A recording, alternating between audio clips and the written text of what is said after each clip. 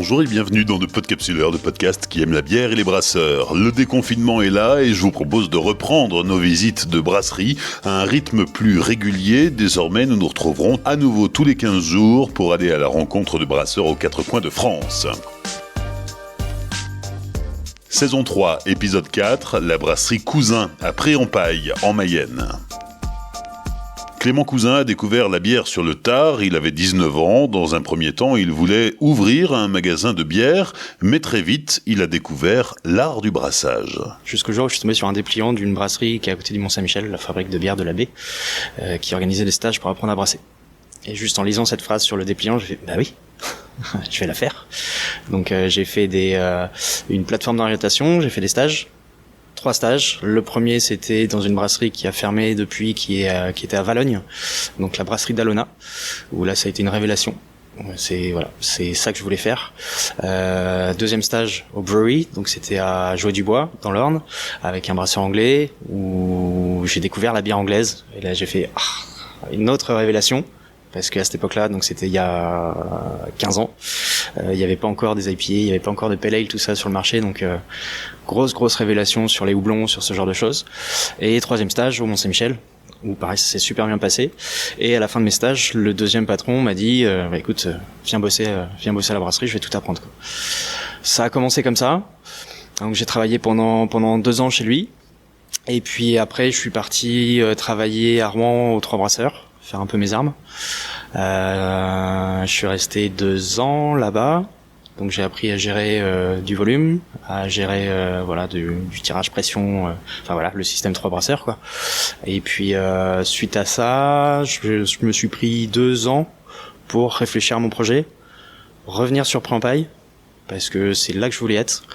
Et puis après, j'ai commencé la brasserie Cousin, donc il y a 6 ans maintenant. Donc j'ai commencé en étant au sein d'une SCOP qui faisait l'accompagnement de projet. Donc j'ai commencé dans une cave, dans le bourg, avec faire des petits brassins de 70 litres. Ça a pris plutôt bien. En plus, à côté de ça, pour lancer les ventes, je suis allé voir le VNB à Mayenne, donc qui est à 30 km d'ici, où j'avais bossé fait des petits extras le week-end, et où j'avais ramené ce que je commençais à faire dans ma cuisine. Et quand j'ai ramené ça, du coup, il m'a dit, écoute, je prends tout. Je suis d'accord, tu veux pas goûter? Il me fait, non, j'ai déjà goûté ce que tu peux faire, donc je te fais confiance. On commence ensemble. Donc ça a commencé comme ça. Et puis j'ai bossé pendant 3 ans dans la cave, et puis au bout de 3 ans, en fait, il y a d'autres clients qui sont venus se greffer, sauf que là, c'était des clients fûts, donc des pubs irlandais, ce genre de choses sur Laval. Et étant donné que moi, un brassin, il le liquidait en 4 fûts, donc ça prenait une soirée, en gros. Voilà, ils m'ont dit, il nous en faut plus. Non, t'as pas compris, il en faut beaucoup plus. Donc du coup, on a investi. Enfin, j'ai investi dans une autre brasserie, donc je suis sorti de la SCOP, on a créé la SARL Brasserie Cousin, j'ai embauché, et puis c'est la 3e année maintenant, et ça fonctionne très bien, on a des super retours, on s'amuse. Nous, ce qui prime, c'est le goût. Voilà, c'est vraiment le goût. C'est pas le côté bio, c'est pas le côté. Donc on essaye de plus en plus de s'inscrire dans cette démarche-là, mais le label bio, c'est pas ce qui prime. Nous, c'est vraiment le goût, montrer aux gens ce que ça peut être la bière dans sa diversité, tout en restant traditionnel. Voilà, sans partir sur tout ce qu'on peut trouver maintenant, les doubles dry hopping au cacao et au marshmallow ou machin, que j'adore, hein. Mais ça, je laisse ça aux autres. Nous, on reste sur du très traditionnel et on essaye de montrer aux gens ce que ça peut être. T'étais tout jeune brasseur, VNB te passe des commandes assez phénoménales. C'était un sacré tremplin. Alors c'est le magasin, c'est pas le groupe VNB du coup, donc c'était juste le magasin. Mais effectivement, oui, ça a été un super tremplin, enfin une super vitrine. Ça nous a permis de nous lancer ça m'a permis de me lancer plus sereinement. Suite à ça, vu que c'est un franchisé, en fait, ils sont 2 frères, et il y en a un des 2 qui a monté un autre VNB à Alençon, qui m'a dit je te veux à l'ouverture. Donc voilà, ça a permis de lancer là-dessus. Et à côté de ça, mon père spirituel dans la brasserie, donc Steve Skews, qui était à Jouët-du-Bois, qui m'a un peu tout appris en termes de brassage, fermé. Donc il y a certains de ses clients qui sont venus me voir parce que je perpétuais un peu le côté anglo-saxon des bières, enfin voilà, cet esprit-là. Et donc ça m'a permis aussi de développer un peu les fûts, de développer aussi la bouteille. On a commencé avec donc j'ai une gamme régulière de 5 bières. Si tu te retournes, tu peux les voir. Donc nous on fonctionne avec des bières au numéro. Ça pareil, le lancement de la brasserie histoire familiale, dans le sens où moi je veux brasser, mon frère a mis le premier investissement dessus, ma sœur a fait les étiquettes et mon père a trouvé l'idée des numéros. Voilà, je voulais pas, parce que trouver un nom à chaque fois une bière c'est compliqué, donc mon père m'a dit te prends pas la tête, mets un numéro, tu vas voir, ça va cartonner, c'est sûr. Ok. Voilà. Je voulais quelque chose de simple, le plus simple possible. Donc un numéro, juste une couleur qu'on retrouve sur la capsule à chaque fois. Et chaque numéro a son style de bière. Simple, efficace. Donc la gamme régulière de 1 à 5, elles sont toutes à 5,3. La Mayenne. Voilà, big up. Plus facile à se rappeler. Puis après les autres numéros, donc on monte jusqu'à 17 numéros pour le moment, qui sortent en fonction des saisons, en fonction des événements. Par exemple, la numéro 6, c'est la première bière de Noël. On m'a tanné pour avoir une bière de Noël, donc je leur ai fait une Imperial IPA avec des petites touches d'orange histoire de rappeler le côté Noël, mais sinon, enfin voilà. Numéro 7 pour la Saint-Patrick, c'est pour ça qu'elle est verte, enfin voilà, et ainsi de suite. Et voilà, donc là on doit être à 28 bières différentes depuis que j'ai commencé, entre les séries spéciales, les commandes vraiment spécifiques pour certains anniversaires de bar ou autres. Et dans l'idée, j'aimerais bien monter jusqu'à 42. Pourquoi 42 ? C'est un petit hommage à la, comment dire, H2G2, le guide du voyageur intergalactique, où c'est la réponse à la grande question sur la vie, l'univers et tout le reste. 42. Tu disais la 6, c'était la première bière de Noël, donc aujourd'hui la 6, on la trouve plus. Si, en fait, la régularité de la 6, c'est qu'elle sort à Noël. Mais entre-temps, on a sorti la numéro 10, qui est la deuxième bière de Noël, et la 12, qui est la troisième bière de Noël. Donc la première année, il y a eu de la 6, deuxième année, il y a eu la 10, troisième année, il y a eu la 12, et à partir de la quatrième année, en fait, maintenant, on sort 3 bières de Noël, avec 3 profils complètement différents. C'est la grande question, des fois on se pose la question de savoir si la 10 va peut-être intégrer la gamme régulière, parce que elle plaît vraiment beaucoup. La 7, pareil, ne sort que pour la Saint-Patrick, mais ça peut arriver si, par exemple, cette année, on en a vendu un peu moins. Donc il nous en reste en stock. Donc elle sortira l'année prochaine, avec un an de garde. Il y a certains numéros qui vont évoluer avec le temps. La numéro 8, par exemple, tous les ans, c'est notre bière de mars. Et en fait, elle évolue. Parce que je suis jamais réellement satisfait de celle-là, bizarrement. Donc ça change un petit peu. Et puis il y en a d'autres, par contre, qui sont, je dirais, gravées dans le marbre. Et celle-là, faut surtout pas y toucher, parce que si jamais j'y touche, les clients me disent sacrilège. Et puis... par exemple la 10, j'ai essayé la deuxième année de la faire comme je la voulais au départ, parce que sur la première version c'était un ratage. Et sauf que les gens ont complètement accroché. Donc j'ai essayé de la faire non ratée, et les gens m'ont dit non, tu reviens au premier, faut que tu la rates s'il te plaît. Donc maintenant je la rate. Et alors systématiquement, ta gamme permanente, tes 5 premières bières sortent toutes à 5 degrés 3. C'est ça, exactement. Hommage à la Mayenne.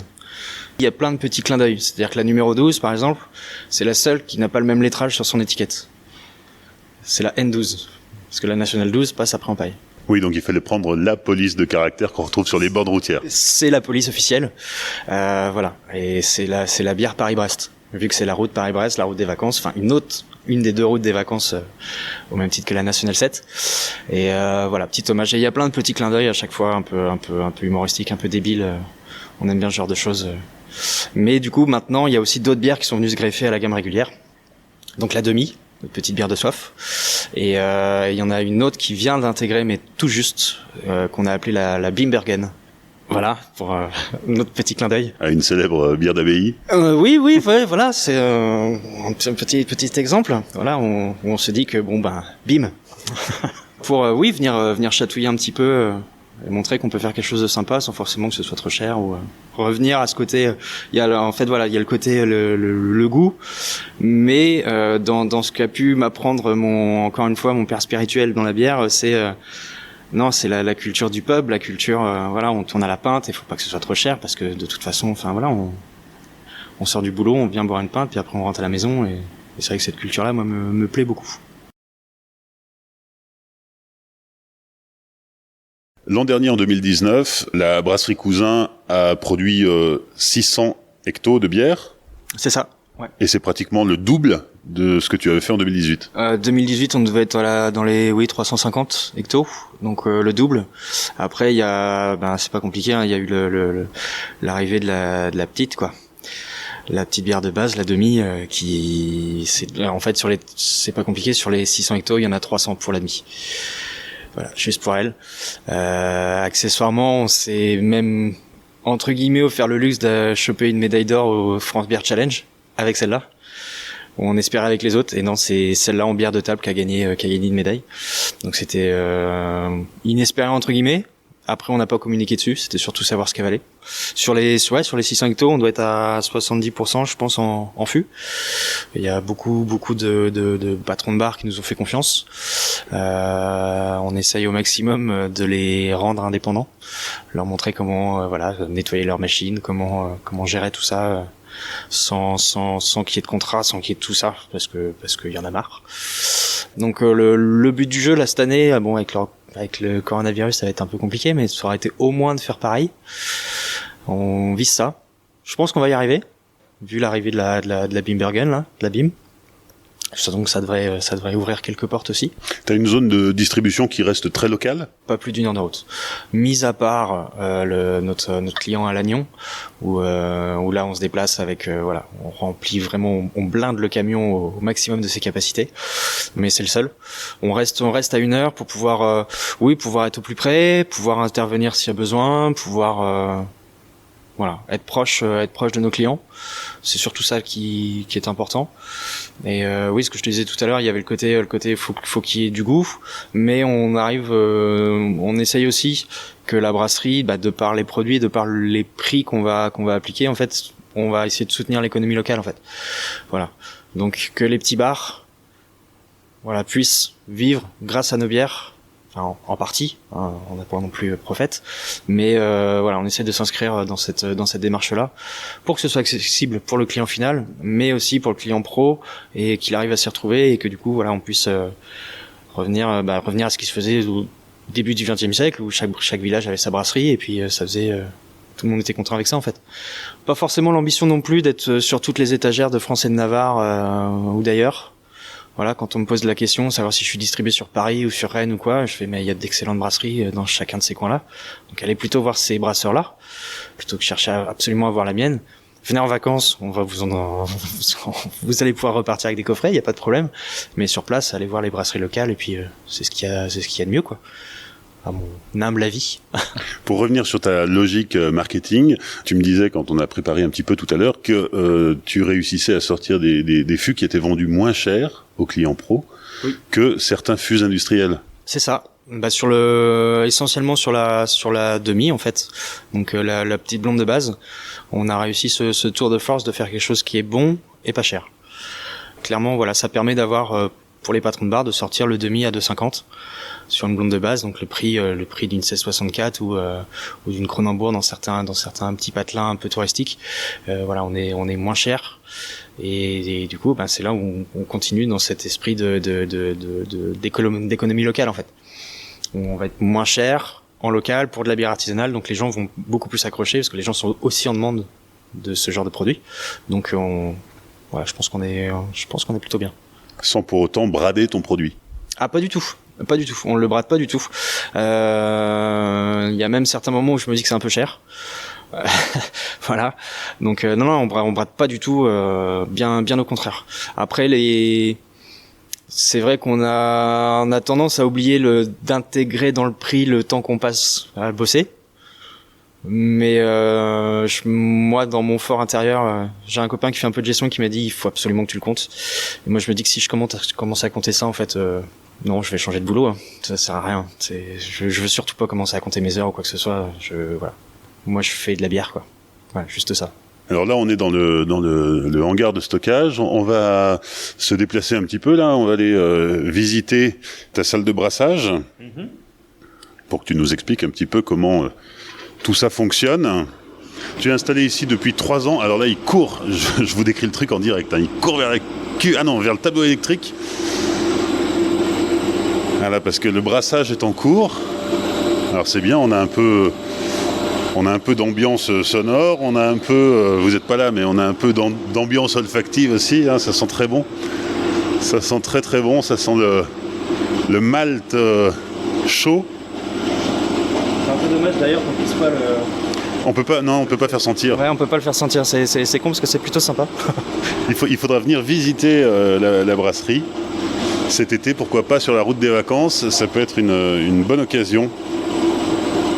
Et puis si c'est pas celle-là, il y en a quand même au moins 1500 qui sont en mesure d'accueillir du public et d'expliquer leur fonctionnement et de faire découvrir la bière bien sûr, mais toute la fabrication de la bière qui est peut-être un truc qu'on connaît un petit peu moins.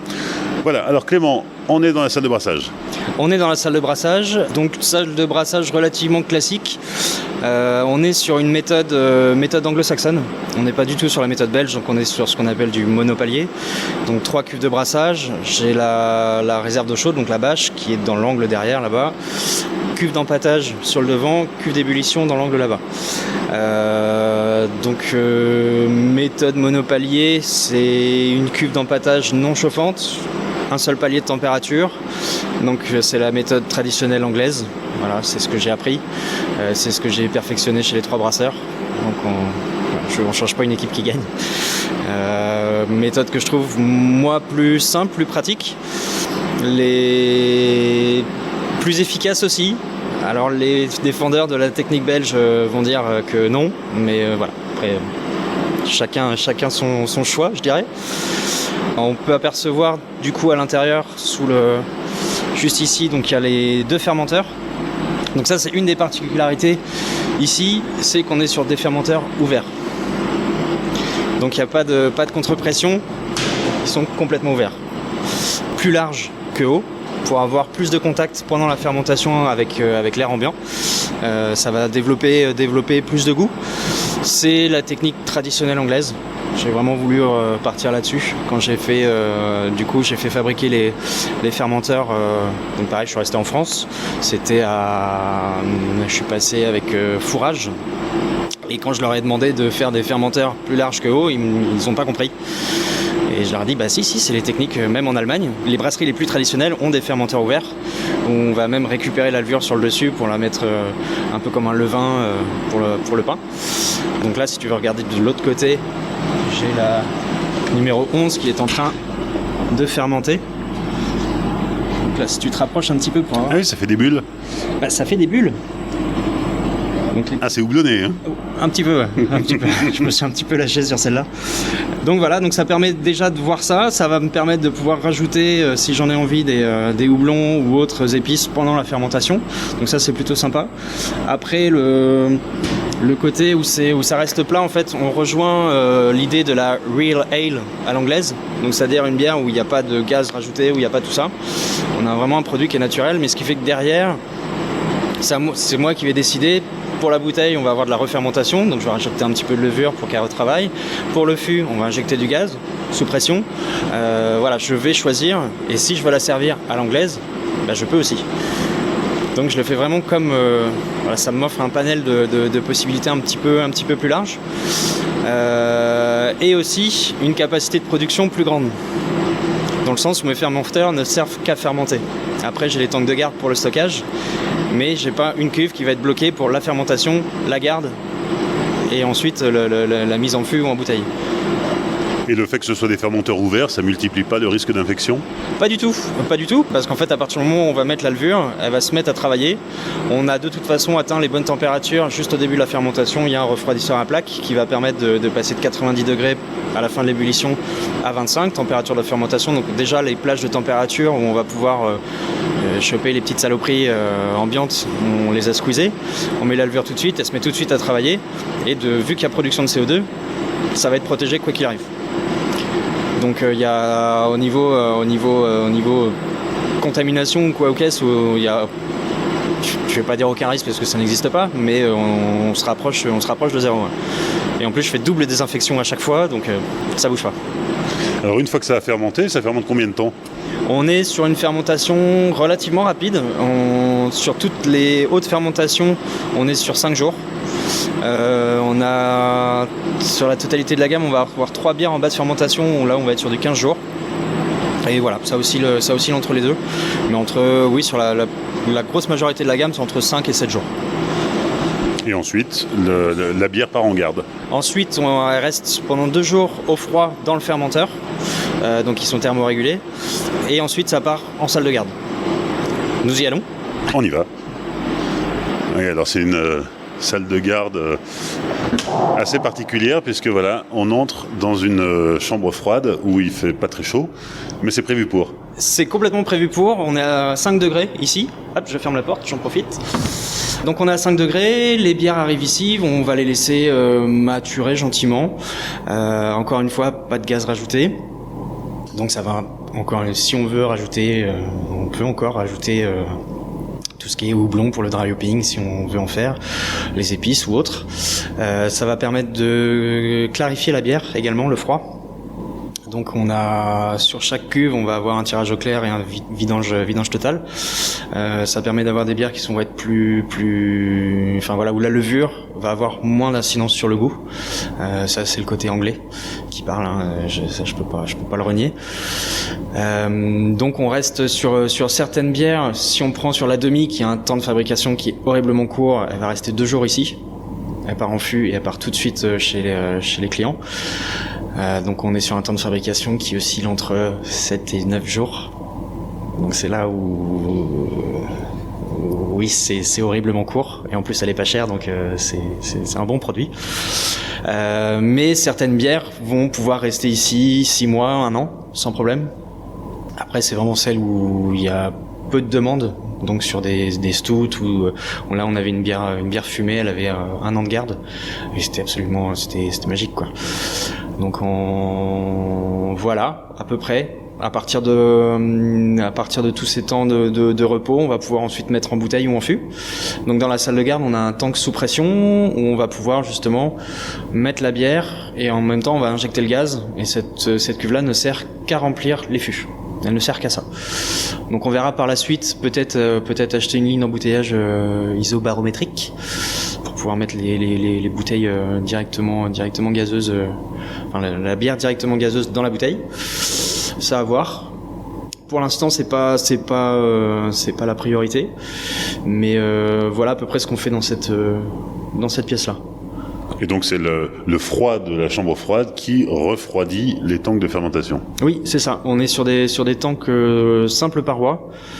Donc au lieu de multiplier les branchements et entre guillemets toutes les petites sources de problèmes, voilà, on a fait un gros frigo, une grosse boîte, et on a mis toutes nos cuves dedans, et c'est beaucoup plus simple. Et ça permet aussi, genre là, pour le coronavirus, quand j'ai entendu que les industriels allaient jeter des millions de bières, des millions de litres, nous, toutes nos fûts étaient stockés en chambre froide à 5 degrés, donc ça bouge pas, quoi. Donc on a ce petit avantage-là aussi. On va goûter ? Je crois qu'il est temps, là.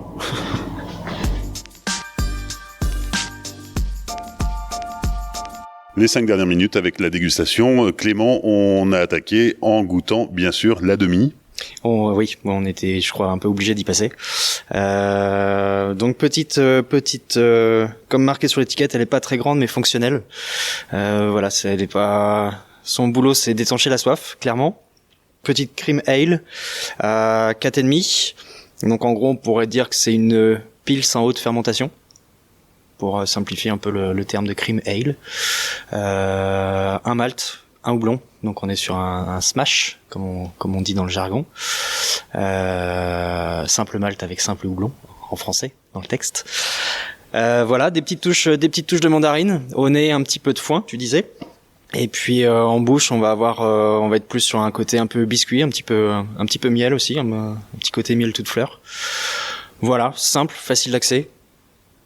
Et une médaille d'or au France Beer Challenge. Accessoirement. Mais ça, c'était la surprise, tu peux nous raconter ? C'était l'énorme surprise. On participe à ce concours pour la 2e année, on présente la demi, je dirais plus comme une blague. Et en fait, c'est la seule qui ramène une médaille, et en plus médaille d'or dans sa catégorie de bière de table. Donc, complètement improbable. On fait une petite bière sans prétention et on chope une médaille d'or, donc c'est plutôt chouette, ouais. 2e dégustation.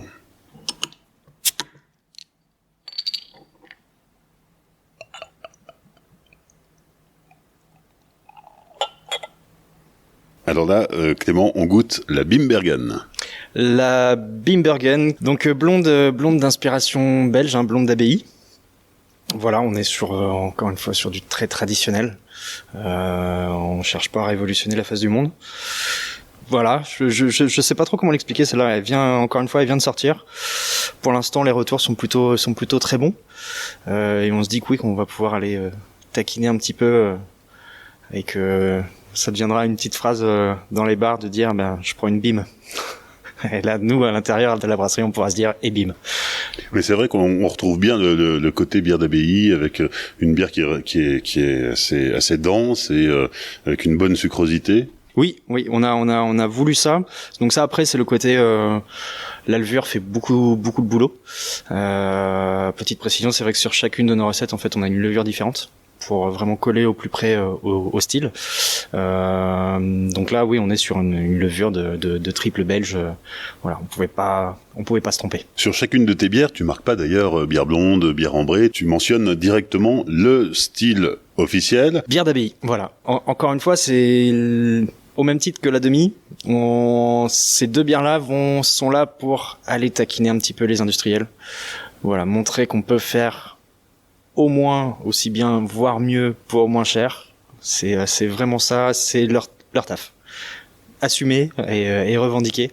On est vraiment, elles sont vraiment là pour ça, quoi. Troisième dégustation, ça va être donc la numéro 1, la première de la gamme. La première à être sortie, parce que oui, les numéros correspondent à l'ordre de sortie des recettes. Ça, j'ai oublié de le préciser tout à l'heure. C'est pareil, très simple. C'est pas un degré d'alcool ou quoi que ce soit. Donc on est sur une American Pale Ale. Pareil, classique, 2 houblons, donc on est sur le Cascade El Chinook, on est sur les agrumes, c'est pas une grosse surprise, mais on est sur des goûts affirmés, mais très faciles d'accès. Toute la gamme régulière, je m'étais fixé deux paramètres à respecter, qu'elle puisse m'accompagner toute la soirée sur la gamme régulière, donc de 1 à 5, et surtout qu'elle soit agréable à rôter. Ça peut paraître, mais voilà, si c'est pas agréable à rôter, c'est que c'est pas une bonne bière. Donc la numéro 1, au niveau du goût, oui, une amertume sur le pamplemousse, style American Pale Ale, les agrumes. On est sur un côté, traditionnel de l'American Pale Ale. Petite touche un peu fruitée, un peu plus ronde en fin de bouche. Et voilà, je crois que on passe un bon moment avec la numéro 1. On va terminer cette dégustation par la numéro 2. La numéro 2, Amber Ale, style, à chaque fois je dis que c'est d'inspiration alsacienne. On va être cette fois plus sur la rondeur du malt. On est clairement sur les céréales, le côté biscuit, le côté caramel, porté juste par un petit houblonnage avec du Spalt Select. Donc on est sur un houblon traditionnel tchèque. Voilà, il est juste là pour accompagner, il est pas là pour montrer qu'il est présent. C'est clairement les céréales qui sont devant là. Donc côté biscuit, caramel, quelque chose qui est très facile d'accès, tout en rondeur. C'est c'est le petit bonbon de la gamme. Accessoirement la deuxième meilleure vente, qui marche très très bien dans tout ce qui est, les petits bars en campagne. On travaille pas mal avec plein de petits troquets vraiment paumés dans les villages. Et en règle générale, c'est la numéro 2 qui veulent. Merci à Clément Cousin pour son accueil lors de l'enregistrement de cet épisode. Comme d'habitude, vous pourrez découvrir la brasserie en images sur les réseaux du Podcapsuleur, Facebook, Twitter et Instagram. Si cet épisode vous a plu, n'hésitez pas à le dire en laissant un message sur les réseaux sociaux, en le partageant avec vos amis ou en soutenant le Podcapsuleur en laissant 5 étoiles et un commentaire sur Apple Podcast. Pour m'aider à poursuivre l'aventure, soutenez-moi en offrant votre tournée sur Tipeee.